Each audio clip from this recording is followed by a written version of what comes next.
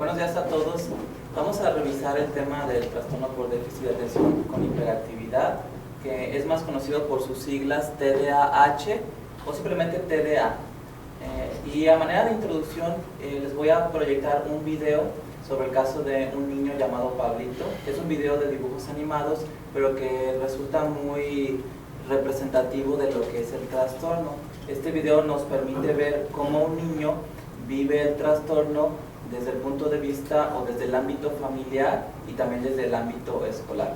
Esto va a ser a manera de introducción y vamos a ir hablando sobre las características del trastorno, la manera en cómo se diagnostica y las opciones que tenemos para el tratamiento. Al final vamos a tener un espacio para las preguntas que puedan surgir.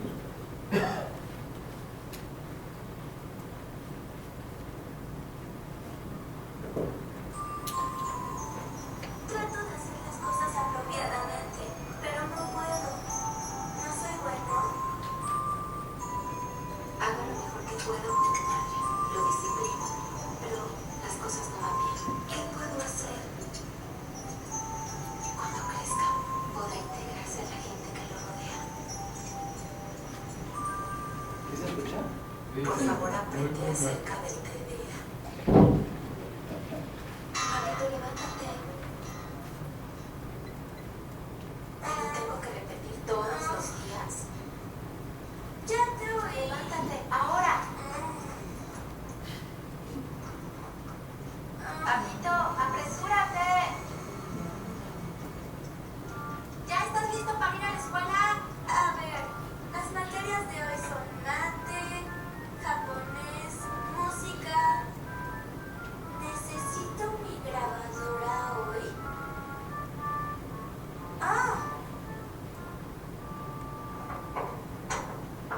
Pablito, ¿qué? ¿Por qué estás leyendo esa historieta? Se te va a hacer tarde. Tu hermano ya se fue, apresúrate. Estaba a punto de irme.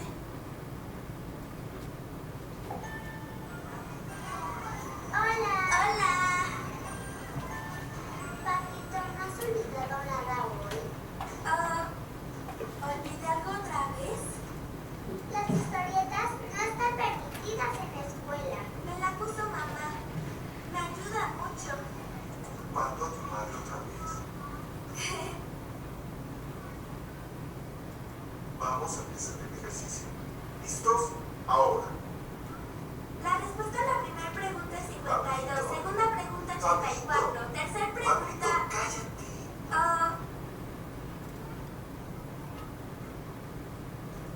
Préstamela un segundo. Solo si me la devuelves.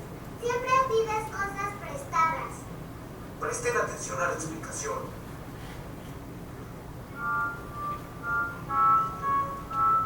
Esto se parece a una cara.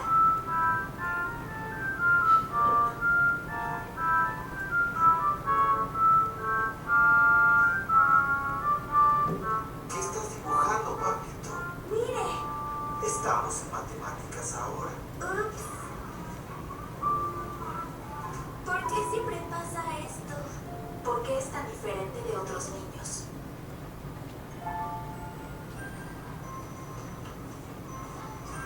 No olviden la tarea. Levántense. Despídanse. Adiós. Adiós.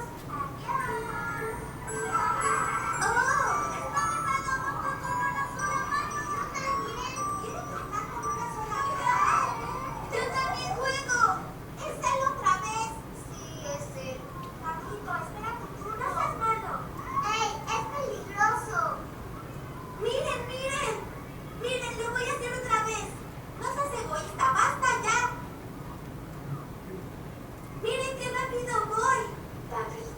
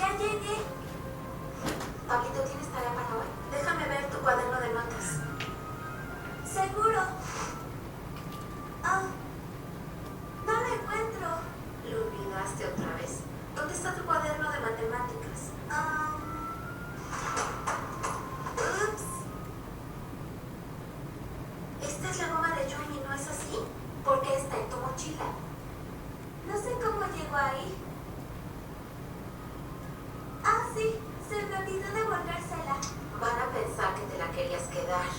Asegúrate de regresar la mañana. Mami, ya terminé tu tarea. Ya está la cena. Tengo hambre. Lo siento, querido. Estará lista en un minuto. Papito, vamos a empezar sin ti, date prisa.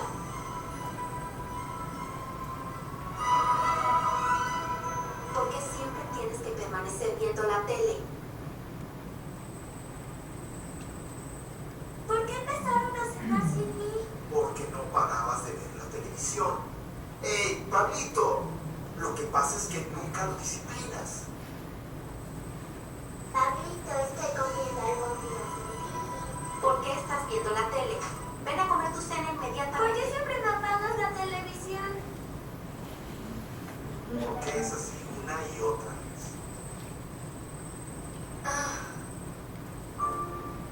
¿Por qué siempre es a mí a que le dicen de cosas? Los educamos del mismo modo a los dos, porque son tan diferentes.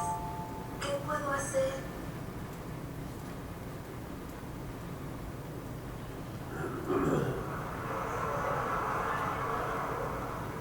Como podría esperarse en un día festivo, el lugar está lleno, ¿no es así? ¡Ey, Pablito! ¿A dónde vas? ¡Hey, cuidado! Disculpe, Pablito. Disculpe. ¡Espera! ¡Pablito! ¿Qué están haciendo sus padres? ¿Qué estás haciendo? ¿Qué haces, Pablito? ¿Qué pasaría si te caes? Oh, no me di cuenta. ¿Por qué no me di cuenta? Es realmente falta de disciplina por parte de su mamá. ¿No soy bueno? ¿Qué se debe hacer como padre? No siempre es grosero y egoísta. Él es alegre y entusiasta. A veces se concentra muy duro. Y a su modo es muy afectuoso. Quiero alentar su fuerza.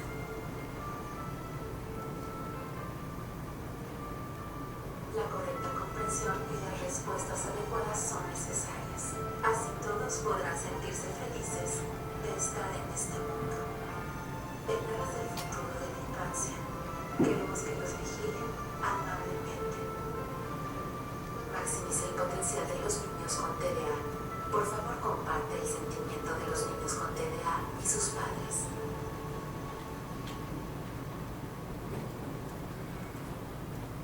Bueno, este video nos muestra cómo vive el trastorno y cómo lo vive también la familia y cómo lo viven los maestros en la escuela. Este es un trastorno del que se ha hablado mucho en los últimos años, pero es un problema que siempre ha existido. De hecho, actualmente se considera que la prevalencia del TDA es del 5 o incluso hasta el 8% de la población de niños. Si consideramos que esa es la misma prevalencia de la diabetes, pues entonces el trastorno por déficit de atención con hiperactividad es un problema de salud pública. Y el problema de esto es que la mayoría de los niños que tienen el síndrome no están recibiendo tratamiento, porque hay muchos mitos o muchas ideas mal fundamentadas en la población sobre lo que es el trastorno y sobre cómo se debe de tratar. Y aunque en los últimos años ha habido muchas publicaciones y mucho interés de los investigadores en este problema, lo cierto es que el trastorno por déficit de atención con hiperactividad ha existido a través de toda la historia de la humanidad. Solo es que recientemente este problema ha entrado dentro de lo que es el quehacer médico. Antes un niño con problemas de conducta y que lo reflejaba en casa o en la escuela no generaba el interés de los médicos, y los médicos pensaban que ese problema entraba dentro de su campo de acción.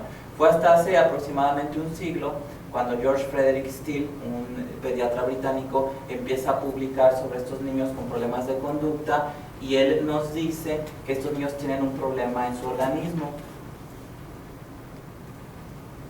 Y bueno, también desde que existen las escuelas, los maestros saben que siempre tienen un porcentaje de niños que son muy distraídos. El maestro está dando la clase, está enseñando a los niños, buscando que aprendan, pero siempre hay niños que están distraídos, que están en otro mundo, que no tienen el mismo rendimiento académico que tienen sus compañeros.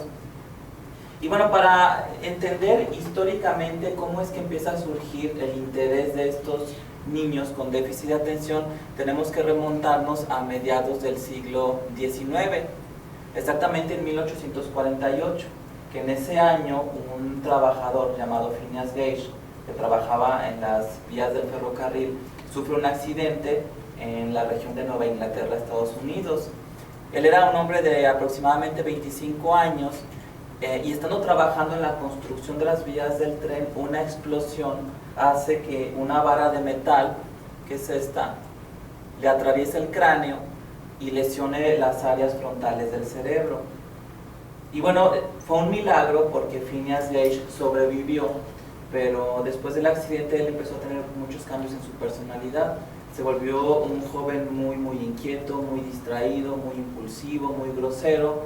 Y el médico que lo atendió, Harlow, él empezó a publicar de los cambios que se habían dado en este individuo a raíz del accidente. Vamos a poner otro video sobre la historia de Phineas Gage que resulta muy esquemático. Bueno, aquí tenemos el tren, él es Phineas Gage, un trabajador muy entusiasta. Y bueno, ellos tenían que generar explosiones para poder romper las rocas y poder construir la vía del tren. Lo hacían con pólvora, no existía todavía la dinamita en 1848. Pero aquí el problema es que si se generaba una chispa al retacar la piedra con la pólvora, entonces esto podía ser muy problemático porque entonces la vara con la que se retacaba la pólvora podía salir disparada. Y eso fue lo que sucedió. Estaba Phineas Gage, se genera la chispa y entonces la vara que trataba de compactar la pólvora en la piedra sale disparada como un proyectil y le atraviesa el cráneo. Sabemos que una persona es muy difícil que sobreviva a una lesión de estas características. Sin embargo, Phineas Gage quedó tirado. Parece ser que no perdió la conciencia, se levantó y fue al doctor. Y el doctor Harlow fue el que se empezó a interesar, no nada más por el hecho de que este hombre sobreviviera, sino por los cambios que presentó a raíz del accidente. Esta es una representación de las regiones del cerebro que se afectaron tras el accidente. Vemos cómo entra la vara del lado izquierdo de la cabeza, entre los maxilares, y lesiona principalmente la corteza prefrontal. Vamos a verlo otra vez.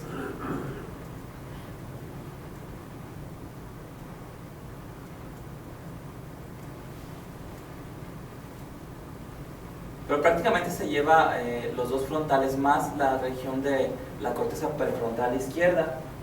En el libro El error de Descartes de Antonio Damasio nos da una reseña muy interesante de lo que fue este personaje y este accidente. Y fíjense lo que dice Antonio Damasio: después del accidente ya no mostraba respeto por las convenciones sociales, la ética era violada, era proclive a inventar cuentos, no había evidencia de preocupación por su futuro ni síntoma de previsión. Y ese es el cráneo de Phineas Gage que se conserva en el Museo de la Facultad de Medicina de Harvard, que es uno de los casos más citados en la literatura, ¿no? Porque es un caso que siempre se cita como un ejemplo para hablar de la correlación que existe entre las lesiones cerebrales y los cambios de conducta, o lo que tenemos como cambios de personalidad, ¿no? Es un caso paradigmático. Y bueno, esto sucedió en 1848, ¿no? Pero ya avanzando hacia los fines del siglo XIX, alguien que no tenía nada que ver con la medicina, ni con los niños hiperactivos, ni con el cerebro, que es el escritor Mark Twain, publica una novela que habla sobre las aventuras de un niño, ¿no? Que ustedes han de conocer. El niño se llamaba Tom Sawyer, y en realidad es una novela más bien autobiográfica, porque Mark Twain es un chico que crece a las orillas del río Mississippi, y cuando él, de adulto, escribe la novela, pues en realidad está hablando de sus propias vivencias. Pero algo interesante es que en la novela de Tom Sawyer, Mark Twain nos dice que él era un niño con las características de la hiperactividad. No siendo él médico, sino escritor, él habla de las características del síndrome. Y fíjense, esto lo está diciendo la tía de Tom Sawyer, porque Tom Sawyer no tenía mamá, su mamá había fallecido, y era una tía, la tía Polly, la que se hacía cargo de él. Pero fíjense lo que dice la tía Polly. Dice: diablo de chico, ¿cuándo acabaré de aprender sus mañas? ¿Cuántas jugarretas como esta no me habrá hecho y aún le hago caso? Y fíjense qué interesante esto que dice Mark Twain a través de la tía Polly. Tiene el diablo en el cuerpo, pero ¿qué le voy a hacer? Entonces es muy interesante porque aunque este no es un documento médico ni científico, aquí el escritor nos está diciendo que este niñito era muy inquieto y que la explicación es que tenía el diablo en el cuerpo. O sea, había algo negativo en el organismo de ese niño que le generaba la inquietud, que le generaba los problemas del comportamiento. Y luego dice la tía Poli, es el hijo de mi pobre hermana difunta y no tengo entrañas para zurrarle. Cada vez que lo dejo sin castigo me remuerde la conciencia y cada vez que le pego se me parte el corazón. Tenía muchas dificultades para disciplinarlo. Aborrece el trabajo más que ninguna otra cosa, que es como el caso que vimos de Pablito, de que le gustaba mucho trabajo, poder trabajar en la escuela. Y bueno, ese es el caso de Tom Sawyer, pero la aportación más importante es que aquí Mark Twain dice, ese niño tiene algo en el cuerpo, ¿no? Aquí lo ponen como el diablo. Tuvieron que pasar algunos años para que este pediatra británico, George Frederick Steele, publicara en la revista Lancet un artículo en 1902 que dice prácticamente lo mismo que Mark Twain, que los niños que tienen problemas de conducta y que tienen disfunción en su casa o en la escuela tienen un problema en su organismo. Hasta antes de este tiempo se creía que eran problemas que tenían que ver con la educación, con el estilo de crianza de los padres, con el ambiente familiar. Eso sí influye, pero eso no explica todo el problema. Muchas veces estos niños provienen de hogares funcionales, bien estructurados, con buena disciplina, y aún así esos niños no pueden dejar de moverse ni pueden poner atención. Y fíjense lo que dijo George Frederick Steele en 1902, ya tiene más de un siglo. Dice, escribió 20 casos de niños conductualmente trastornados cuya inteligencia se consideraba normal, pero exhibían arranques violentos, malicia perversa, destructividad y falta de sensibilidad al castigo. Fíjense, estos niños eran como Phineas Gage, pero en chiquito. Entonces George Frederick Steele decía, bueno, si el caso de Phineas Gage consistió en una lesión cerebral y cambios en la conducta, ¿no será que estos niños también tengan una lesión cerebral, pero que sea sutil, que a lo mejor se dio durante el desarrollo fetal o en los primeros años de vida? Dice, la hipótesis central de Steele fue que este déficit moral representaba las manifestaciones de algunas condiciones físicas mórbidas, ¿no? Hay un problema en el cuerpo. Y eso lo dicen en 1902. En realidad la investigación oficialmente comienza aquí, ya tiene más de un siglo, aunque se cree que la investigación del TDA es algo reciente, digamos de los últimos 10 o 15 años. Eso es falso, eso ya tiene más de un siglo de investigación. Y bueno, la información que se había recopilado hasta el momento era de suficiente peso como para empezar a atraer la atención de la mayoría de los investigadores del mundo. Y en el 18, ustedes saben que Europa se vio asestada por la influenza o la gripe española, y a diferencia de otras epidemias de influenza, este virus sí afectaba mucho a los niños y les generaba una complicación conocida como encefalitis viral. Algunos niños morían por las complicaciones de la encefalitis, pero otros sobrevivían, y los pediatras empezaron a dar cuenta que algunos niños que sobrevivían a la encefalitis viral se quedaban como hiperactivos, se volvían niños muy inquietos, muy distraídos cuando antes no lo eran. Entonces esto fue añadiendo más evidencia científica de que algo estaba sucediendo en el cerebro de los niños hiperactivos. Después de finalizar la epidemia, se incrementó el número de médicos que reportaban que algunos niños sobrevivientes a la infección exhibían características clínicas que podrían ser más tarde consideradas similares al TDA.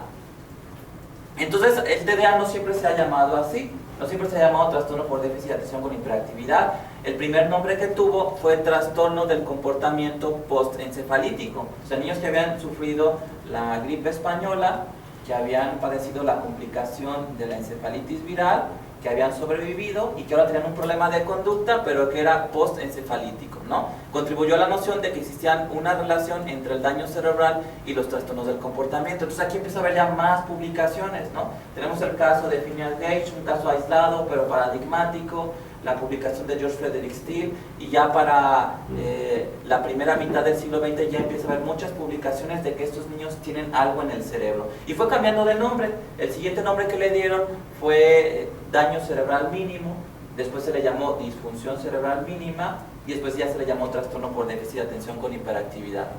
Y bueno, esa es una niñita llamada Emma Bradley, que es una niña que, igual que otros niños, también padeció la encefalitis viral.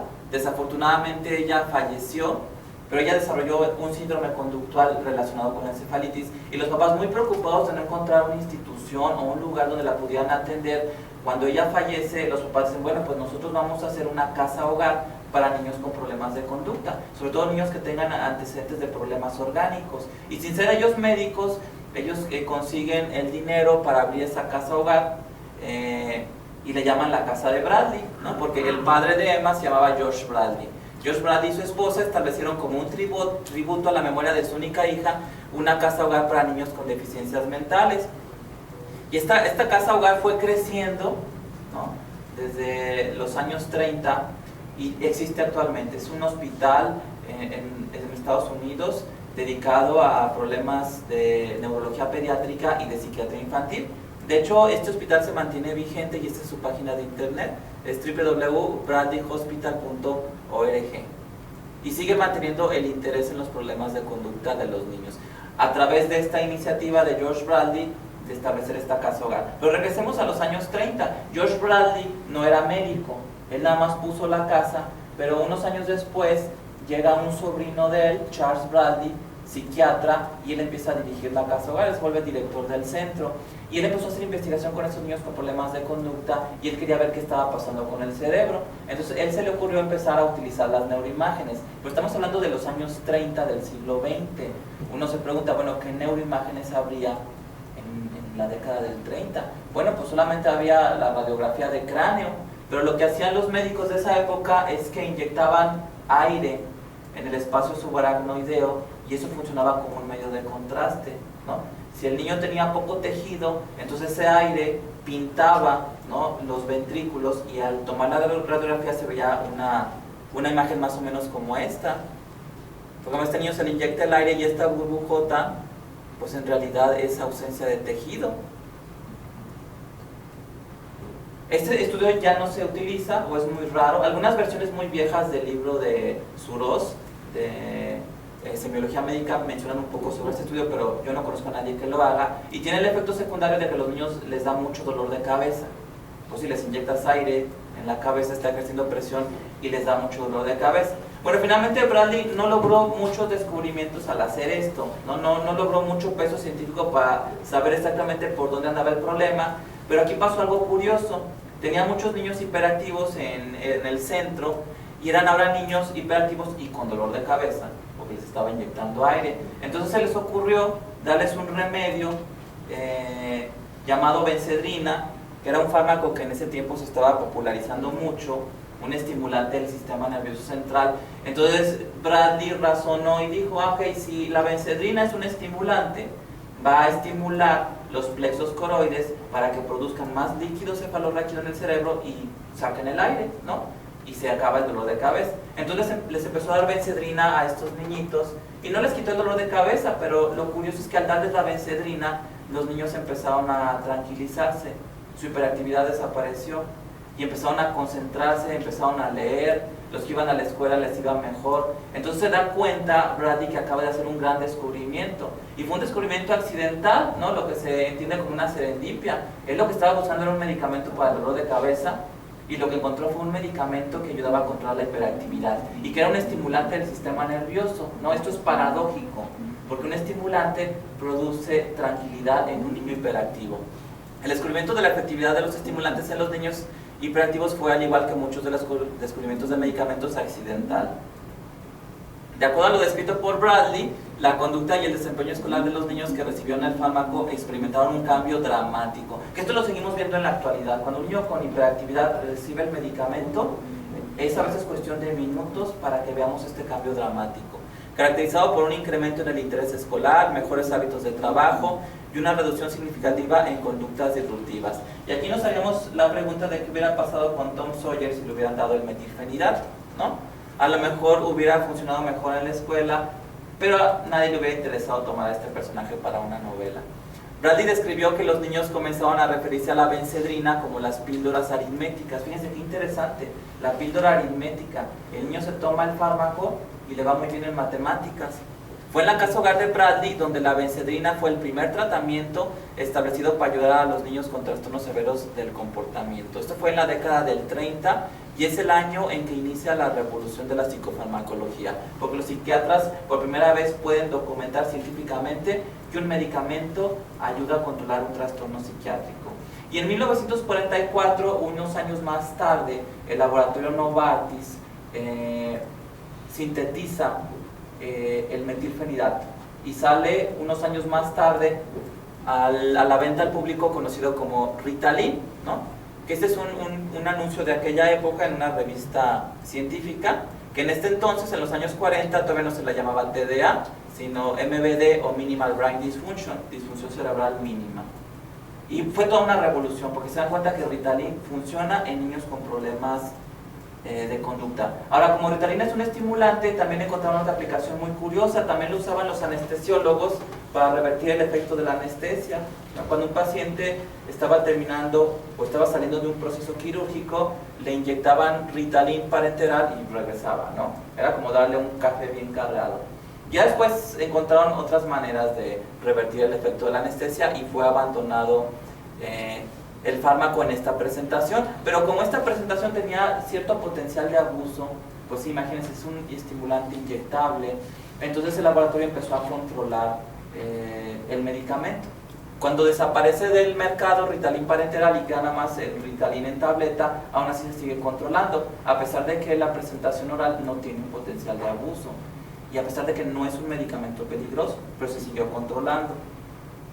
Y bueno, en 1961 la FDA aprobó el uso de metilfenidato en niños. Entonces, si ustedes cuentan el tiempo, ya va más de medio siglo, prácticamente 53 años, de que este medicamento está aprobado por la FDA.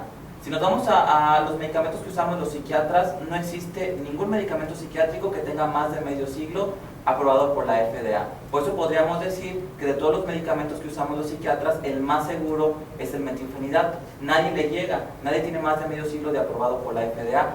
Algunos ni están aprobados por la FDA o algunos tienen menos tiempo de ser aprobados. Y si nos vamos a todos los medicamentos que se utilizan en población pediátrica, también podríamos atrevernos a decir que es quizá el medicamento más seguro. Algunos dirán, no, es que también el Tempra, no, paracetamol es un medicamento muy seguro. También el Tempra se sintetizó en 1944. Tanto Ritalin como Tempra nacen en el mismo año y ya están por cumplir 70 años de vida. Pero en los últimos años la FDA, a través de su página de internet, ha publicado algunos avisos de que algunas presentaciones del paracetamol, sobre todo las que tienen 1 gramo, pueden resultar hepatotóxicas, ¿no? Entonces se ha informado a la comunidad médica que el Tempra pues no es tan seguro como se creía. No están tratando de espantar a los médicos ni a la población, pero que no es tan seguro como se creía, y no ha habido estos avisos en torno a Ritalin.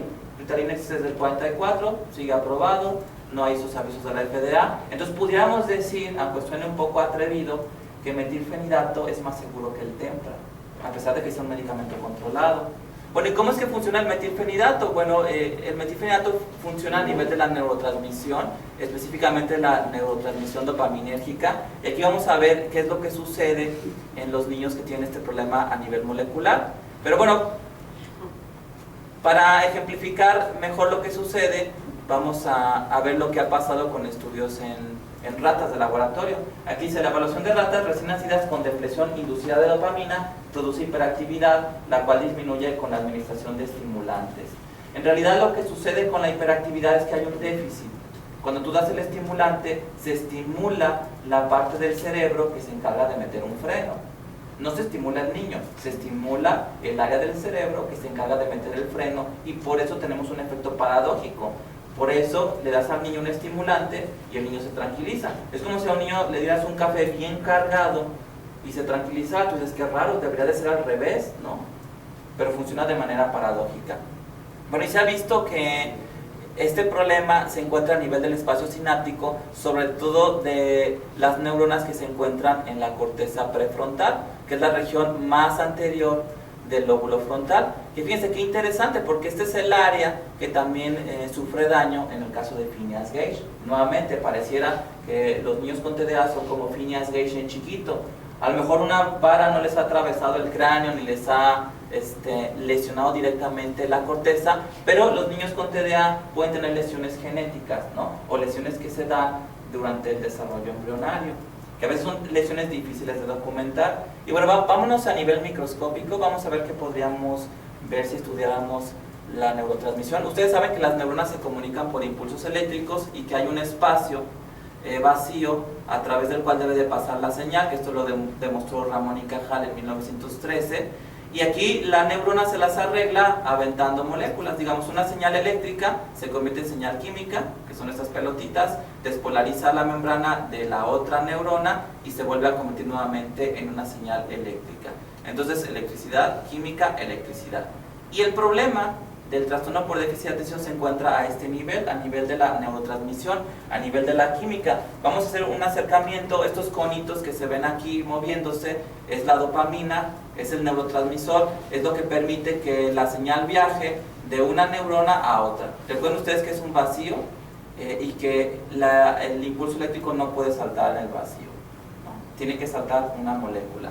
Ahora, se cree que los niños con trastorno por déficit de atención con hiperactividad tienen poca disponibilidad de neurotransmisor en el espacio sináptico. Entonces, lo que hace el medicamento es que tapa estos agujeros que son como aspiradoras, que reciben el nombre del transportador de dopamina, y al taparlos impiden que el neurotransmisor regrese a la célula, porque hay un mecanismo de reciclaje que ustedes conocen. La neurona lanza el neurotransmisor y después lo recupera, pero el medicamento va a tapar esas aspiradoras o este transportador y va a permitir que esté más tiempo el neurotransmisor. De manera que tenemos un cerebro de un niño con TDA, le damos un poco de metilfenidato, rociamos un poco y observen lo que sucede. ¿Sí vieron? Es un efecto dramático, ¿no? Como dijo ya Charles Bradley en los años 30. Les llaman hasta las píldoras aritméticas.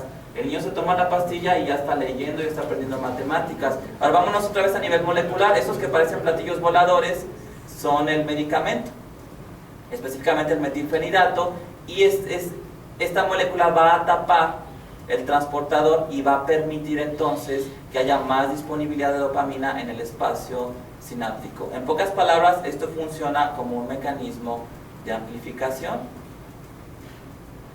Podríamos decir que las neuronas de un niño con TDA son como una familia disfuncional, tienen serios problemas de comunicación. Cuando un niño con TDA recibe el medicamento, entonces la comunicación entre las neuronas es amplificada y entonces se comunican mejor entre ellas, y eso se traduce en una mejoría clínica. El niño puede controlar su inquietud y se puede concentrar. Y a nivel macroscópico ha habido estudios muy interesante. Dice, la resonancia magnética ha mostrado disminución no significativa del volumen de la corteza frontal derecha, de la parte anterior del cuerpo calloso, cerebelo y la cabeza del núcleo caudado, así como pérdida, fíjense, del 5% del volumen cerebral en niños que padecen TDA. Si un niño tiene problema y no está siendo tratado, ese niño va a tener un cerebro más chiquito. ¿Por qué? Porque ese cerebro que no está recibiendo tratamiento es un cerebro que está sintetizando menos proteínas, porque es un cerebro que no está aprendiendo, que tiene dificultades para adquirir el aprendizaje. Esto lo demostró un médico, psicoanalista y psiquiatra, premio Nobel de Medicina, que es Eric Kandel. Él demuestra en el molusco de mar, conocido como Aplysia californica, que el aprendizaje tiene su correlación neurobioquímica. Él utilizó, igual que Pavlov, el reflejo condicionado como una manera de entender el aprendizaje, y él demostró que una neurona que ha aprendido algo, aunque sea un aprendizaje muy simple, como un reflejo condicionado, es diferente químicamente a una neurona que no ha aprendido. Porque aquí tenemos una neurona que sí ha aprendido algo por reflejo condicionado. Entonces aquí tenemos la cola del animal. Esto es la representación de la membrana de la neurona. Lo que hace Eric Kandel es que manda un estímulo a la cola. Esto libera serotonina, que se va a unir al receptor que se encuentra en la membrana. Y fíjense lo que pasa, entra calcio al citoplasma. El calcio activa esta molécula llamada calmodulina, que se va a unir a su sitio de acción dentro de la desilciclasa, y eso se va a producir o se va a traducir en AMP cíclico. Él descubrió que las neuronas que han aprendido tienen más AMP cíclico que las neuronas que no han aprendido. Sintetizan más este compuesto que las que no aprenden. Ahora, ¿qué pasa con el AMP cíclico? Bueno, vámonos al núcleo de la célula. Ustedes saben que en el núcleo se encuentra la información genética. Un gen tiene una región potenciadora, tiene su proteína reguladora, una región promotora donde se encuentra la RNA polimerasa y la región que se va a codificar. Entonces, Candel quería que este molusco de mar aprendiera por reflejo condicionado. Vemos que daba un estímulo a la cola, se liberaba serotonina, se traducía en una cantidad importante de AMP cíclico. El AMP cíclico iba a activar a la proteína quinasa dependiente de AMP cíclico, va a viajar al núcleo de la célula y va a fosforilar a la proteína reguladora, que a su vez va a activar a la RNA polimerasa y va a transcribir esta región codificadora en un RNA mensajero que se traduce en una proteína. Entonces son pasos bioquímicos complejos. No me interesa que lo entiendan todo, pero lo importante es que sepan que hay una correlación entre aprendizaje y síntesis de proteínas. Si el niño no está aprendiendo, su cerebro no está sintetizando proteínas, entonces el cerebro es más chiquito. Que esto también ya lo había dicho Ramón y Cajal. A principios del siglo XX, Ramón y Cajal había dicho que cuando las neuronas no aprenden, tienen menos conexiones, menos sinapsis, entonces hay menos proteínas. Y a nivel macroscópico también se ha demostrado, y esto lo han hecho con chimpancés. Por ejemplo, toman un chimpancé y después, a través de un estudio conocido como magnetoencefalografía, ven cuál es el espacio o el área que ocupa cada uno de los dedos en la corteza somatosensorial, que esto lo describió Penfield desde los años 50, que es lo que llaman el homúnculo de Penfield. Hay una representación del cuerpo en nuestra corteza cerebral. Bueno, entonces miden a través de este estudio cuánto espacio hay para cada dedo de este chimpancé. Ese es el dedo 1, 2, 3, 4 y 5. Y después de medirlos, lo que hacen es que empiezan a estimular más el dedo 2, el dedo 3 y el dedo 4. ¿Cómo los estimulan? A través de un disco giratorio que hay en la jaula del animal. Por ejemplo, está el animal, están los barrotes de la jaula y hay un disco en donde el cuidador pone el alimento por afuera de la jaula, pero el animal con los 3 dedos del medio tiene que ir rotando el disco para que el alimento entre en la jaula. Si este animal no ejercita estos 3 dedos, pues no come. Ahora, ¿qué pasa después de 3 meses de ejercitar estos 3 dedos? Se vuelve a hacer el estudio de la magnetoencefalografía y se dan cuenta que el espacio representado en la corteza para el dedo 2, el 3 y el 4 creció de tamaño. Es decir, hubo síntesis de proteínas, los espacios son más grandes. Digamos que hay más cerebro en esa región, ¿no? Gracias al aprendizaje. Entonces, lo que Candel logró demostrar microscópicamente, también a nivel macroscópico se ha podido documentar. Ahora aquí tenemos a un niño con TDA que está tratando de hacer su tarea, pero está pensando en las caricaturas, está pensando en otra cosa, como el niño del video, y vamos a ver qué es lo que pasa en sus neuronas. Viene el estímulo del aprendizaje, que es la serotonina, que se une al receptor, pero hay muy poco AMP cíclico. Y hay muy poco AMP cíclico porque en un niño que no aprende no hay entrada de calcio. Están totalmente cerrados los canales, entonces no se activa la calmodulina y el sistema no es más eficiente para producir AMP cíclico. Por eso es muy importante revertir esta cascada bioquímica cuando se da el medicamento. Ahora, lo que decía George Frederick Steele y lo que sugería en su novela Tom Sawyer, Mark Twain, lo vemos ya reflejado en estudios de genética. Por ejemplo, si tenemos un niño con TDA, que es un niño que vive en una familia típica, mamá, papá, y este niño tiene el trastorno, si este niño tuviera un hermano gemelo idéntico o si este niño se clonara, la posibilidad de que el clon o el hermano gemelo idéntico tuviera el TDA sería del 80%. Entonces se dan cuenta que hay algo en el cuerpo, ¿no? Como decía la tía Polly, o como decía George Frederick Steele, hay un problema en el organismo, de manera que se expresa en un 80%, con un 80% de probabilidad.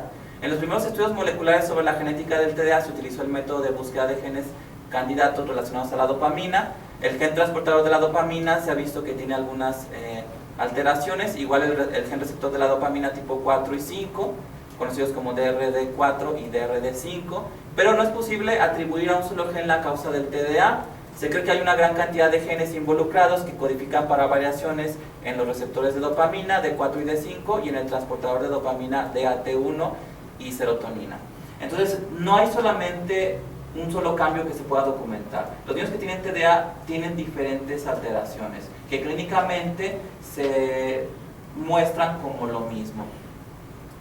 La evidencia sugiere que el TDAH es un desorden primariamente poligénico que involucra cuando menos 50 genes. Esto puede explicar la heterogeneidad clínica que se observa en los pacientes, así como la variabilidad de la respuesta al tratamiento farmacológico.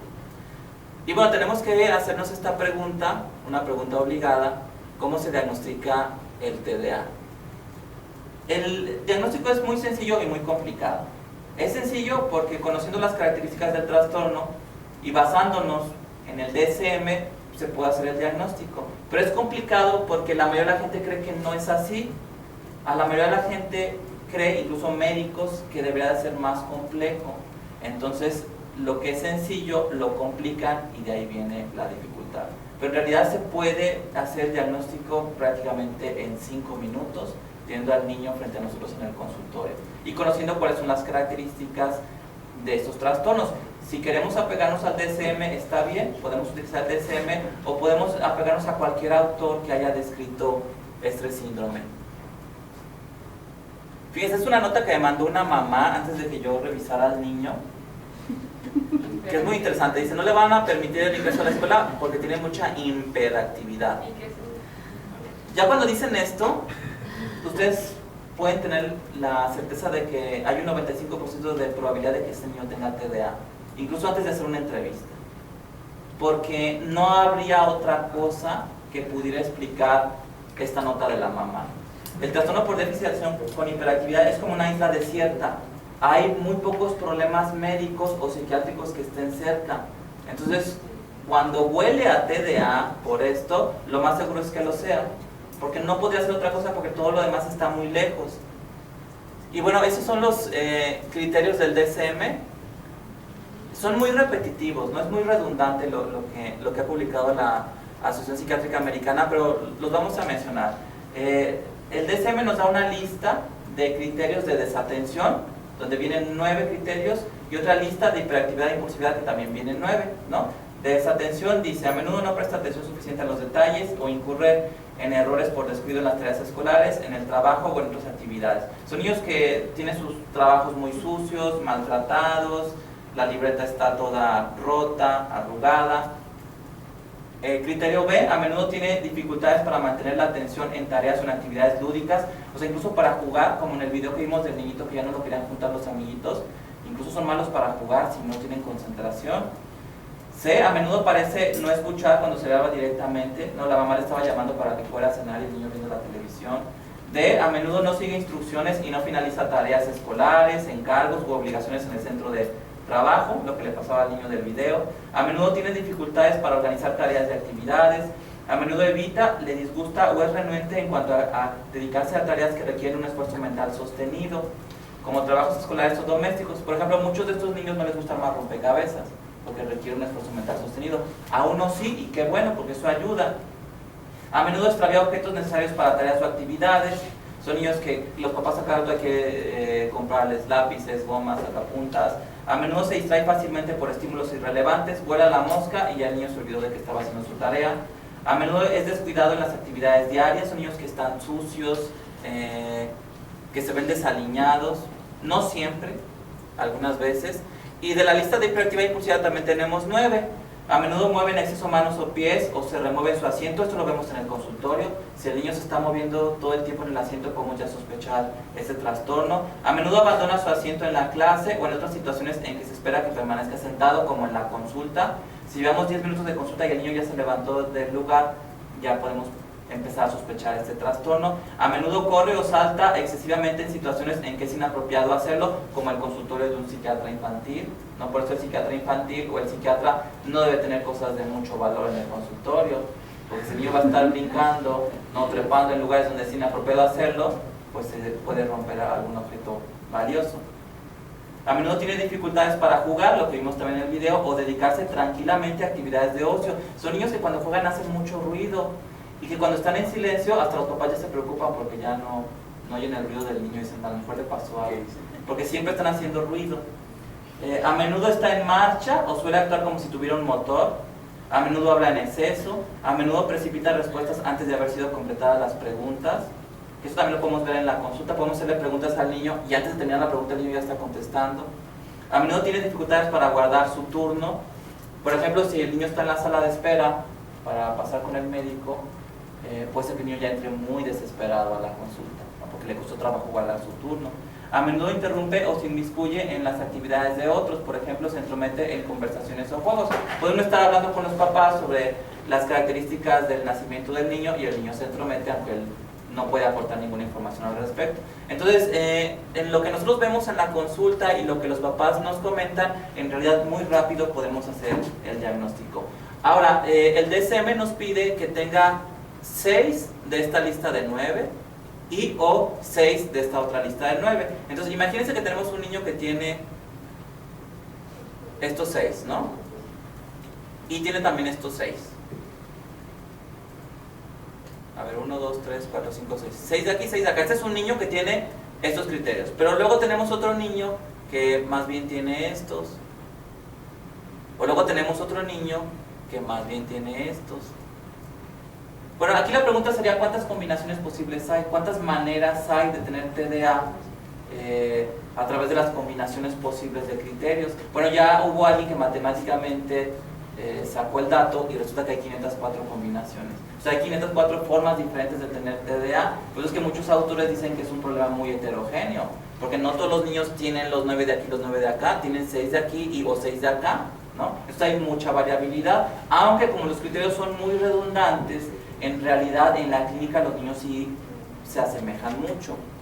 Ahora, lo bueno del asunto es que estos 504 tipos de TDA responden en su mayoría al mismo medicamento. O sea, no necesitamos 504 tratamientos o 504 medicamentos diferentes, no, el mismo funciona casi para todos. ¿Y qué es lo que hay detrás del problema neurológico? Lo que hay detrás son funciones conocidas como ejecutivas, que son tareas que el cerebro hace para poder resolver situaciones que se presentan en la vida cotidiana. Una es la memoria de trabajo, que es lo que equivale a la memoria RAM de las computadoras. Es la capacidad de guardar información mientras yo estoy haciendo una tarea. Por ejemplo, los meseros que trabajan en restaurantes, si no traen la libretita, pues tienen que usar la memoria de trabajo, ¿no? Los clientes piden qué comida van a ingerir y tiene que guardarlo en su memoria RAM en lo que llega a la cocina, ¿no? Si a un mesero le falla la memoria RAM, entonces puede llevar un platillo que no pidió al cliente. Inhibición conductual es la capacidad de meter el freno, sobre todo si uno siente que va a realizar una conducta inapropiada. Flexibilidad cognitiva, como su nombre lo indica, es la capacidad de elaborar nuevas estrategias cuando el ambiente cambia. Esto lo vamos a ejemplificar con el ajedrez. Ahorita vamos a ver cómo es esto. Y resolución de problemas, que es la capacidad para hacer secuencias que nos lleven hacia un determinado fin. Las funciones ejecutivas son como el director de orquesta, que se encarga de dirigir la conducta, autorregularla y que tenga una meta propositiva. Y estas funciones ejecutivas están en la corteza prefrontal, ¿no? Que es el área del cerebro que se le dañó a Phineas Gage y que se ha demostrado que tienen dañadas los niños con TDA. Entonces aquí tenemos un niño que está jugando ajedrez con su adversario. Ese niño necesita memoria de trabajo porque tiene que tener las jugadas en mente antes de hacerlas, y si se le borran, pues ya estuvo que jugó muy mal. Tiene que tener flexibilidad cognitiva, porque si esa jugada va acorde a una movida que él piensa que el otro va a hacer y el adversario hace una movida que el jugador no se esperaba, en ese momento hay que tener esa flexibilidad. Hay que cambiar de estrategia porque el ambiente cambió. Este niño también necesita inhibición conductual, es decir, si se está enojando porque va perdiendo, tiene que conservar la calma para poder seguir en el juego. Y tiene que tener capacidad para resolver problemas, que de hecho de eso se trata el juego. Elaborar una secuencia de pasos para llegar a un fin, ¿no? Que es poner en jaque mate al rey del adversario. Y fíjense, esta es una caricatura de Mafalda. Aquí vemos a Felipín. Aquí sí le está funcionando la memoria de trabajo, ¿no? Aquí está pensando qué jugadas va a hacer. De hecho, se está adelantando mucho. Y en el momento en que va a mover, fíjense lo que pasó. Se le borró la memoria de trabajo. Y se siente muy frustrado, ¿no? ¿Cómo era todo? Es lo que le sucede a los niños con TDA. Se les borra la memoria del trabajo. Entonces por eso les va muy mal en los exámenes, les va muy mal en las tareas, en clase e incluso en los juegos que requieren esfuerzo mental. Ahora tenemos el caso de otro personaje de la caricatura de Mafalda, que es Susanita. Ella ni siquiera tiene memoria de trabajo, ¿ven? Pero a ella le falla la inhibición conductual, ¿no? Ella se enoja y no puede meter el freno porque va perdiendo y avienta el tablero con todas las piezas. Y dice, ¿quién puede concentrarse en el juego si todo el tiempo hay que estar pendiente de esas malditas piezas? Y Mafalda se queda muy triste, ¿no? Porque no pudo jugar. Entonces, esto nos ayuda a entender que hay un impacto a nivel social en el niño. O sea, un niño con TDA como Susanita no va a poder tener muchos amigos, porque los amigos se quedan tristes cuando juegan con ellos y después ya no los juntan. Entonces ya no nada más es un problema conductual del niño, ya después se vuelve un problema en la socialización, porque estos niños que no reciben tratamiento, después resulta que ya nadie los quiere juntar, tienen pocos amigos, se sienten menos, se empiezan a deprimir, empiezan a llenarse de ansiedad, y ya no nada más es un niño con TDA, y es un niño con un trastorno depresivo mayor, con un trastorno de ansiedad generalizada, con problemas de autoestima, con problemas de socialización. Ahora, ¿por qué a veces los niños no obedecen tareas? Ustedes vieron en el video que a Pablito le llamaban y como que no captaba, ¿no? Esto lo podemos entender si tenemos mascotas. Por ejemplo, esta mujer le dice a su perrito que se siente y el perrito no se sienta. Entonces aquí nada más hay dos explicaciones. Una, el perrito es un perrito muy rebelde, desafiante, o la otra es que no entendió lo que le dijeron, ¿no? Porque aquí dice, verdaderamente quisiera sentarme, solo dame la oportunidad de procesar la orden. Entonces no es que sea un perrito desafiante, hostil, o un perrito que quiera llevar siempre la contra, sino que simplemente no fue capaz de procesar la orden. Entonces eso es lo que sucede con los niños con TDA. No es que ellos quieran ser desobedientes, o no es que ellos se quieran portar mal, simplemente no pueden procesar la orden. Recuerden ustedes que sus neuronas no se comunican muy bien. Ahora, estos niños necesitan ayuda, porque muchas maestras o muchos padres de familia dicen, no, es que el niño, si quiere, puede. Él solito puede salir adelante. Va con puro 6, pero si le echa ganas, podría tener 9 o 10. No es cierto. El TDA es una discapacidad cognitiva. Es decir, el niño está impedido biológicamente para tener un rendimiento que vaya a la par de sus compañeros. Entonces, si nosotros le decimos al niño que le eche ganas, tratamos de estimularlo con premios, no vamos a lograr nada. Es como el caso de esta caricatura donde se está ahogando un individuo y aquí estos están viendo al salvavidas y dicen, oye, ¿por qué no lo vas a rescatar, no? Y dice, estamos estimulando a la gente a comenzar a involucrarse en su propio rescate. Pues no se va a ahogar, ¿no? Entonces, en el caso del TDA, el niño no se puede involucrar en su propio rescate. El niño necesita que la ayuda venga de afuera y que sea una ayuda que le ayude a mejorar la química de su cerebro. Claro que los papás emplean métodos que emplearon con ellos mismos, ¿no? Aquí dice, mis padres me están educando como los educaron a ellos. Entonces a veces los papás dicen, no, al niño le falta más estímulo, vamos a darle un premio, ¿no? Vamos a darle dinero si saca 10. O si está con promedio arriba de 9, al terminar el bimestre, le compramos el juguete que quiere. Esto va a frustrar mucho al niño porque no lo va a poder hacer y entonces va a haber privado del premio. Porque el premiar al niño no aumenta su capacidad. Recuerden ustedes que es una disfunción biológica o una discapacidad. No, pues aquí pongo el ejemplo de silla de ruedas. Aunque claro que cuando hablamos de discapacidad, la palabra a veces suena muy fea y pensamos en los niños del Teletón.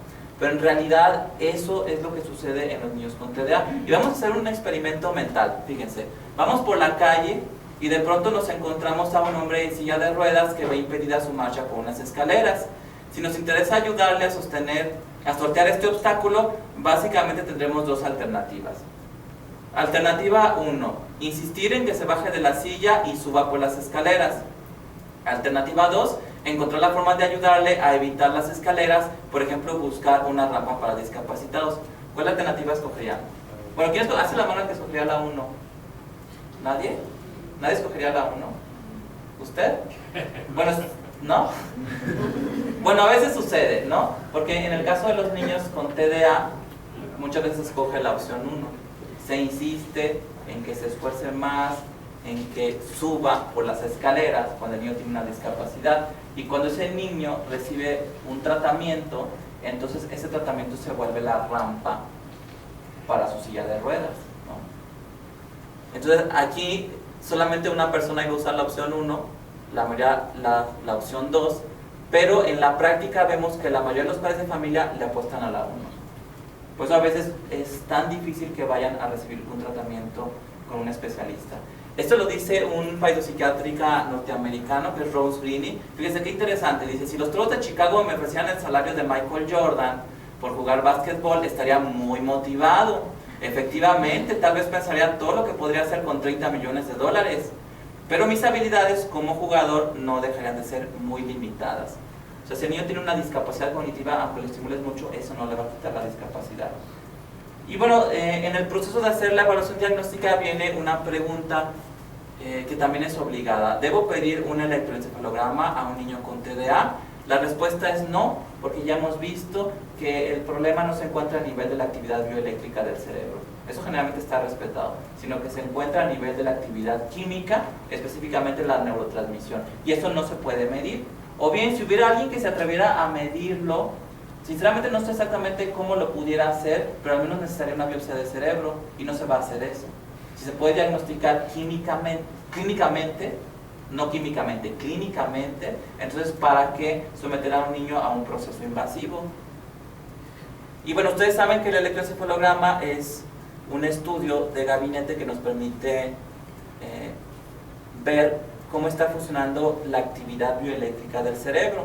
Pero este problema no es un problema que tengan los niños con TDA, aunque sí llega a suceder que si tenemos un daño al cerebro, por un lado el niño tenga un déficit en la neurotransmisión y eso se convierta o se traduzca en TDA, y que por otro lado también este daño al cerebro que viene de abajo también dañe la actividad bioeléctrica y nos dé anormalidades en el electroencefalograma, porque esto mismo tanto daña la química como daña la actividad bioeléctrica. Entonces sí podríamos tener niños con TDA y con anormalidades en el electro.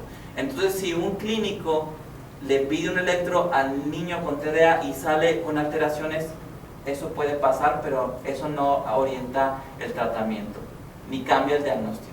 En realidad lo que hacemos es que ignoramos las anormalidades en el electroencefalograma. Claro, siempre cuando el niño no tenga convulsiones, porque si el niño está convulsionando y tiene anormalidades en el electro, pues claro que tiene epilepsia.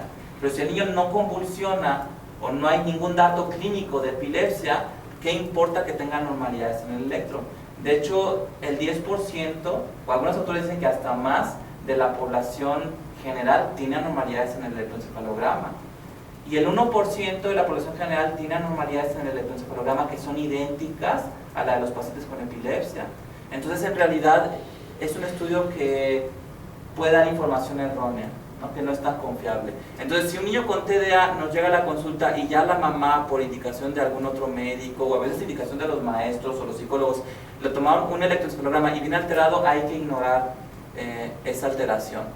Claro que si uno piensa que el TDA tiene una correlación clínica con las anormalidades en el electro, uno se va a confundir y va a tratar el TDA a través de un fármaco antiepiléptico, ¿no? Que eso a veces lo vemos, pero eso es un error en el tratamiento. Uno controla el problema cerebral y piensa que se va a controlar el TDA. Pero si nosotros ignoramos esto y asumimos que no hay una traducción clínica, entonces nosotros tratamos al niño, generalmente usamos metilfenidato, y el niño mejora muchísimo, ¿no? Y esto lo ignoramos. Ahora vamos a hablar del tratamiento farmacológico, porque el tratamiento con medicamentos es algo muy importante dentro de la recuperación de un niño. De hecho, yo me atrevo a decir que la mayoría de los niños que tienen TDA y que no toman medicamentos no les va muy bien, aunque claro que este trastorno, como cualquier otra enfermedad, tiene grados de gravedad, ¿no? Si hay un niño que tiene un TDA leve y es muy inteligente, pues ahí se la va a ir llevando, ¿no?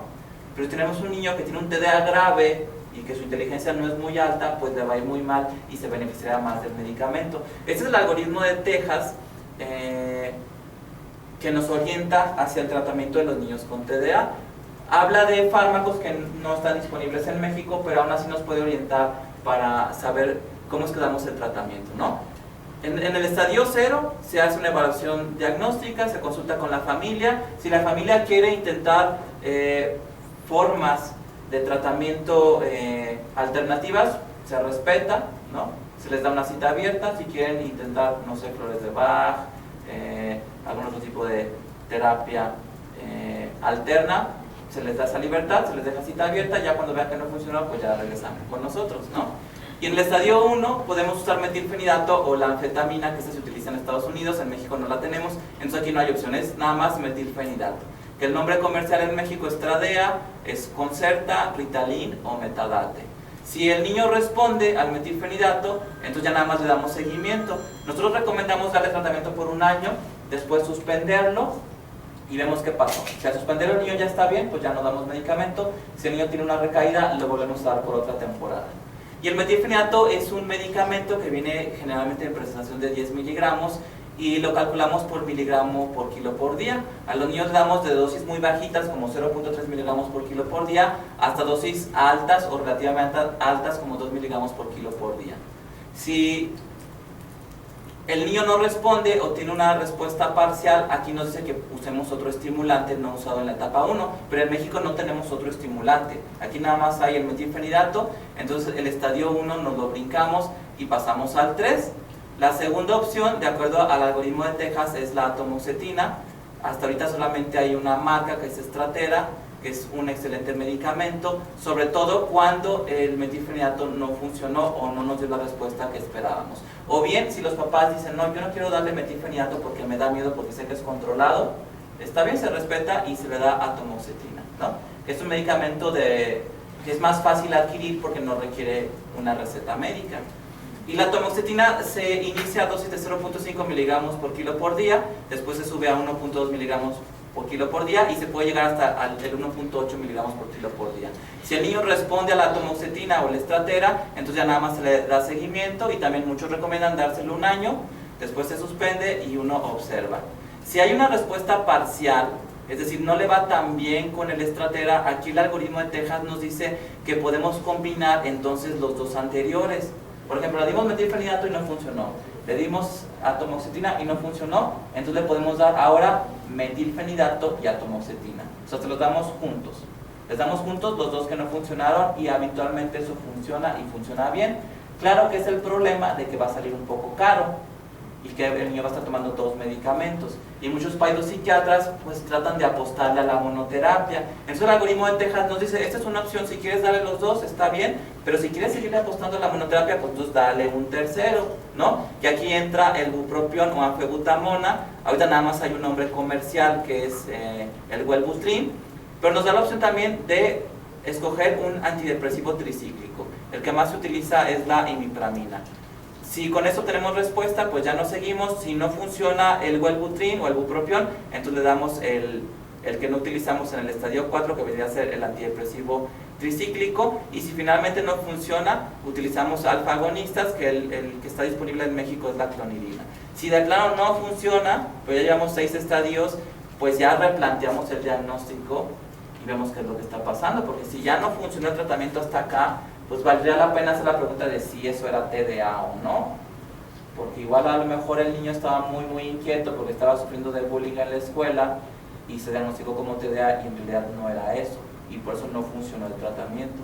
Si el niño sí tiene TDA, si se hizo un buen diagnóstico, entonces el tratamiento va a funcionar casi el 100% de las veces. De hecho, yo nunca he llegado aquí, yo nunca he recetado un alfa-agonista. Generalmente yo llego hasta el estadio 3 y aquí el 99% de los pacientes responden. El 1% que no responde ya le doy Wellbutrin y mejora o le doy imipramina, pero nunca llego hasta acá.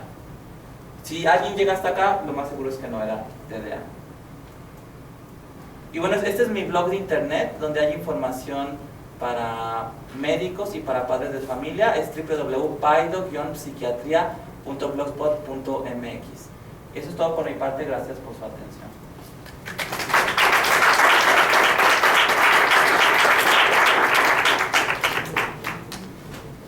¿Tienen alguna pregunta, alguna duda, algún comentario, inquietud? Bueno, primero felicitarlo por su exposición.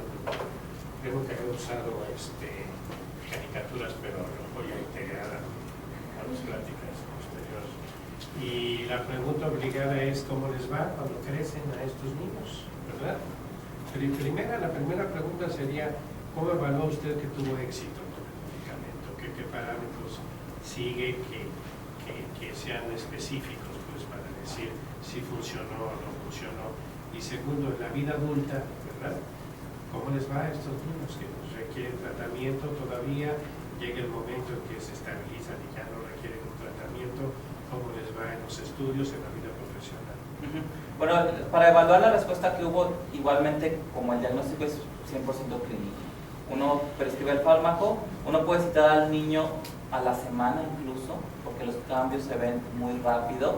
De hecho, uno incluso podría citar al niño al día siguiente, darle el medicamento y ya se verían algunos cambios. Pero a veces pasa que si uno los cita al día siguiente, resulta que ese día la maestra llegó de malas, un amiguito se peleó con el niño, entonces eso opaca la respuesta. Entonces podemos dar una semana o 2 semanas y simplemente preguntamos cómo van las cosas, así, muy general. Y habitualmente los papás dicen, no, pues el niño ya va mejor, la maestra me dijo que se concentra más, que qué le hicimos al niño, porque ya pone atención, está viendo al frente, cumple con sus tareas. Con el paso de los meses vemos que está reflejado en las calificaciones y que si este niño estaba siendo rechazado por su grupo de amigos, los papás nos cuentan que ya lo están juntando otra vez en los juegos porque el niño se enoja menos. Digamos, podemos incluso hacer otra entrevista diagnóstica, si queremos, basado en el DSM, y vemos que ya no cumple todos los criterios. Ahora, si lo queremos hacer objetivo, hay escalas como la escala de Conners que podemos aplicar, una antes del medicamento y otra después, y vemos que en esta escala de Conners vemos una mejoría de los síntomas como del 90%. Entonces nosotros vemos que hay respuesta. Y a través del seguimiento a cada niño le va diferente. No hay manera todavía de saber cuánto tiempo un niño va a tomar el medicamento o cómo le va a ir en el futuro, ¿no? Es como si yo tomara a un niño y yo pudiera predecir en qué momento ese niño va a medir 1,60. La verdad es que no sabría. Hay unos que llegan a esa estatura antes que otros nunca llegan a esa estatura porque son más chaparritos. Entonces no se puede saber porque esto tiene que ver con el desarrollo del cerebro. Nosotros evaluamos los recursos que tienen los niños, como la inteligencia y la creatividad, ¿no? Si un niño tiene un TDA que es leve, es decir, que no tiene todos los criterios, porque yo les mostré 2 listas de 9, si tienen los 18, pues está grave, si tiene apenas los 6 de uno y los 6 de otro, pues es leve, ¿no? Si tenemos un niño con un TDA leve, pero que es un niño inteligente, que es un niño creativo, ese niño va a compensar el déficit con esos recursos y entonces ese niño le va a ir mejor, digamos, va a mejorar el pronóstico y posiblemente requiera el medicamento por menos tiempo. Pero si el niño no es inteligente o tiene un coeficiente intelectual límite, o no es un niño muy creativo, no es un niño sociable, entonces a ese niño le va a costar más trabajo tener una buena respuesta a futuro. Pero lo que sí se ha visto es que si se da el medicamento, eso genera un contraste muy grande con el no darlo. Por ejemplo, si tenemos un niño con TDA y no lo tratamos, hay una posibilidad muy alta de que en la adolescencia esté probando sustancias. O que incluso eso se complique con otro trastorno, que es el trastorno disocial o el trastorno negativista desafiante, que es casi un niño delincuente, ¿no? Que consume sustancias. Esa es la complicación más grave del TDA. Pero si el niño es medicado, entonces la posibilidad de que el niño utilice sustancias en la adolescencia disminuye muchísimo.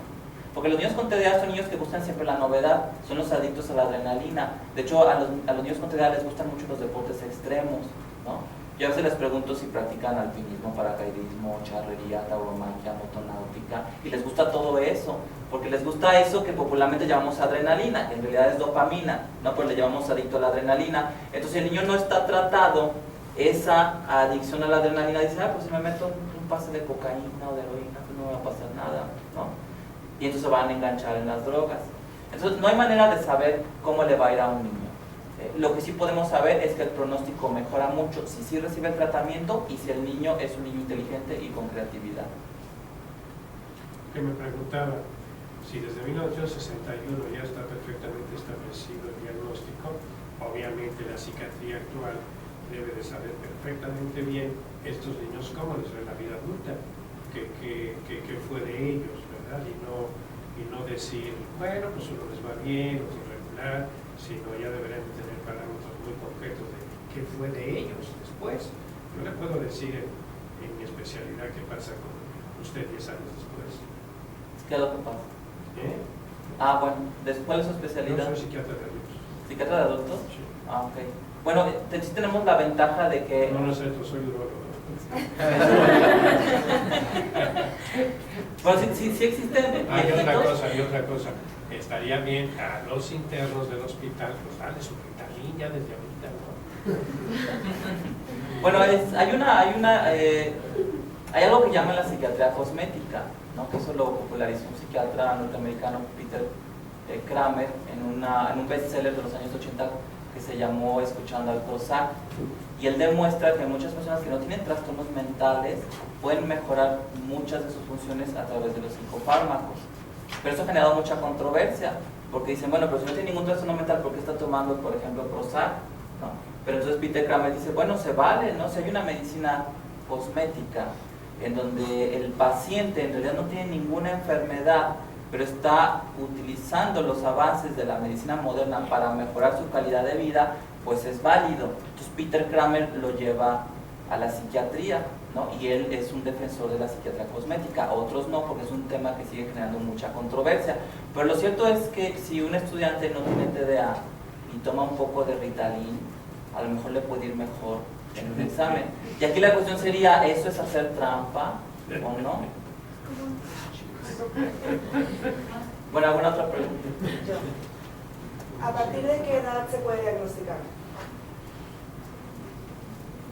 Siempre, no hay edad. De hecho... O sea, un niño de 2 años ya no puedes decir que tiene ese trastorno. O de 1 año. Sí. De hecho, hay quien hasta puede sospechar el diagnóstico antes de que el niño nazca. Porque estos niños, antes de nacer, la mamá ya dice, es que se mueve muchísimo. Sobre todo si la mamá tenía otros embarazos de niños que no tenían TDA, dice, no, yo ya llevo 3 embarazos, es el cuarto, pero los demás no se movían tanto. Y este se mueve todo el tiempo, hasta me despierta. De hecho, una vez conocí una mamá que le pegaba al niño antes de que el niño naciera. Porque se movía tanto y la mamá le pegaba. Entonces, no, pues ese niño tiene TDA grave, ya se está dañando la relación de la mamá con el niño antes de que el niño nazca, ¿no? Ya casi es el diagnóstico por ultrasonido. Claro que eso es una... Entonces, si a los 2 años diagnostican a un niño con ese trastorno, Ajá. ¿a esa edad te empiezan a dar medicamentos? Sí. No hay edad para el medicamento tampoco. No, en pediatría no hay edad para medicamento. Por ejemplo, un niño nace y le ponen gotas de cloranfenicol. Un niño nace prematuro y le meten esteroides, barbitúricos. En la medicina no manejamos eso. Y en caso de que los padres no quisieran medicarlo, ¿Está bien? ¿qué otra estrategia le podría dar a las personas que tratan con esto todos los días? Entonces el niño necesita un ambiente más estructurado. Necesita, por ejemplo, una maestra que sea más flexible. Por ejemplo, una maestra que sea capaz de decir, bueno, este niño me está contestando mal el examen, pero yo sé que está aprendiendo, entonces yo voy a evaluar eso, ¿no? O este niño me entregó muy sucia la tarea, pero hizo bien las operaciones, entonces voy a evaluar eso. Necesita una maestra más flexible que evalúe el aprendizaje o el esfuerzo del niño y no tanto la calificación que saca en un examen. Entonces sugerimos que sean maestras que conozcan un poco de esto y sobre todo grupos reducidos. También que la familia esté mejor estructurada, ¿no? Que haya orden en casa, que haya un horario para hacer las tareas, ¿no? Que de profesor haya un adulto diciendo al niño que tiene que hacer la tarea y que esté ahí por si necesita ayuda. Digamos, modificar el contexto del niño para que el ambiente esté más estructurado y el déficit no dé tantos problemas. Eso es lo que se puede hacer. Bueno, hay otra pregunta. ¿Y se puede asociar con la hipoxia neonatal transitoria? Sí, cualquier cosa que pueda dañar el sistema nervioso central puede traducirse en trastorno por deficiencia con O sea, hiperactividad. puede tener los 2 diagnósticos. Sí, exacto. De hecho, muchos niños que se mueven mucho antes de nacer en la matriz, pues obviamente ustedes saben que la posibilidad de que se desenrede el cordón es muy alta, se está mueve y mueve. Entonces imagínense, ya venía hiperactivo porque no deja de moverse y todavía ni nace. Y luego todavía de tanto moverse se le enredó el cordón y ya está disminuyendo el aporte sanguíneo al cerebro. Pues ese niño va a nacer con un TDA muy grave porque ya lo traía y luego aparte una lesión cerebral. Pero cuando uno interroga los factores perinatales es común encontrar eso, ¿no? Que el niño tuvo hipoxia, o que lo sacaron con forceps, o que hubo sufrimiento fetal. Es frecuente encontrar eso y eso nos recuerda los nombres anteriores del TDA, ¿no? Daño cerebral mínimo o disfunción cerebral mínima. La pregunta de la doctora se me hacía interesante porque cualquiera pensaría que existen ciertas edades en las que es más manifiesto por el desarrollo del niño el trastorno. Yo pensaría que esa edad es cuando empieza a ir a la escuela, ¿verdad? Y entonces manifiesta en toda su amplitud todas esas alteraciones. Otro comentario es, se ha hablado mucho, yo vine, doctor, porque soy urólogo pediatra, ¿verdad? Y veo muchísimos niños en el consultorio y obviamente entran 2 o 3 niños y 2 destruyen el consultorio, porque veo al otro, ¿verdad? Y entonces qué bueno que está usted aquí para que me diga qué vamos a hacer con esos niños, ¿no? pero yo hago neurología pediátrica predominantemente y entonces quería escuchar que si hay algo nuevo que se esté haciendo. El comentario general, ¿verdad? Por ejemplo, en el Hospital de Pediatría del Centro Médico, donde yo fui jefe 20 y tantos años, es existe un sobrediagnóstico de cualquier niño que se porta mal, cualquier niño que no le está yendo bien. Obviamente hay condiciones alrededor del niño como el divorcio de los padres, violencia intrafamiliar, alcoholismo, etcétera, que causan trastornos en los niños y se piensa que hay un sobrediagnóstico exagerado de parte de ustedes, los psiquiatras, hacia el trastorno. ¿Usted qué opina de esto? Pienso que puede haber un sobrediagnóstico, pero está fuera del ámbito médico. O sea, sí pueden decir es que es muy hiperactivo, ¿no? Pero cuando eso genera una consulta médica, el especialista está obligado a hacer una entrevista en donde vea si eso no es. Por ejemplo, en el TDA sí es importante ver que los síntomas hayan empezado en etapas tempranas. El DSM-4 nos dice que antes de los 7 años ya tiene que haber síntomas. Porque si nos llevan un niño, por ejemplo, de 8 o de 9 años y empezó los síntomas de TDA justo a esa edad y coincidía con el divorcio de los papás, pues no es TDA. Porque generalmente el TDA ya lo trae un niño de nacimiento y empieza a dar manifestaciones cuando el niño está sujeto a ciertas exigencias o ciertas demandas. Entonces, cuando uno dice, a ver, aquí hay síntomas de TDA, pero este niño antes de los 7 años no tenía nada, iba bien en el kinder, en primero de primaria, entonces ahí uno empieza a pensar que es otra cosa, ¿no? Porque el TDA es un trastorno del neurodesarrollo, entonces uno sí tiene que escarbarle y poner un poco el reflector en los primeros años de vida.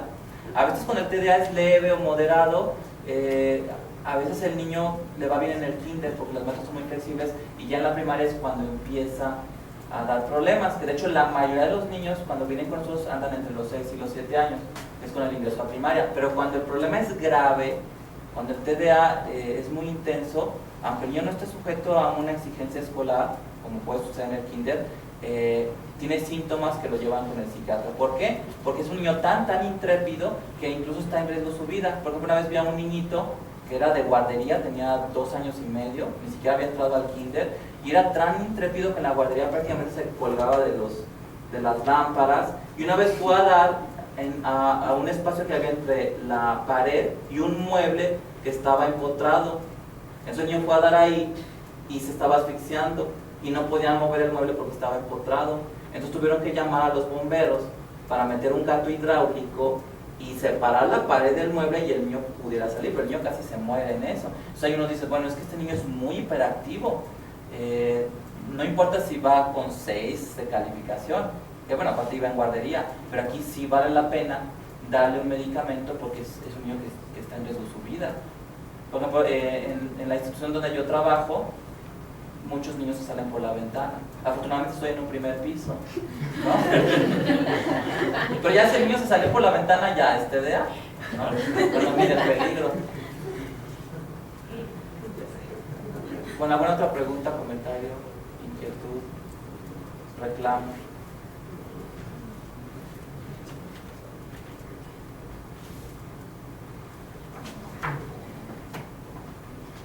Bueno, les agradecemos mucho su asistencia. Pues sí, es bastante bonito saber que vienen tantos. Le agradezco, doctor, personalmente de parte del doctor González Ojeda, quien estuvo en la cirugía ahorita en la mañana. Y bueno, no sé, de parte de enseñanza le agradecemos mucho y le entregó un diploma para su presión. Y bueno, hoy el hospital, por primera vez, no se atribuyó con el vivo. Vamos a desayunar, muchachos. Gracias.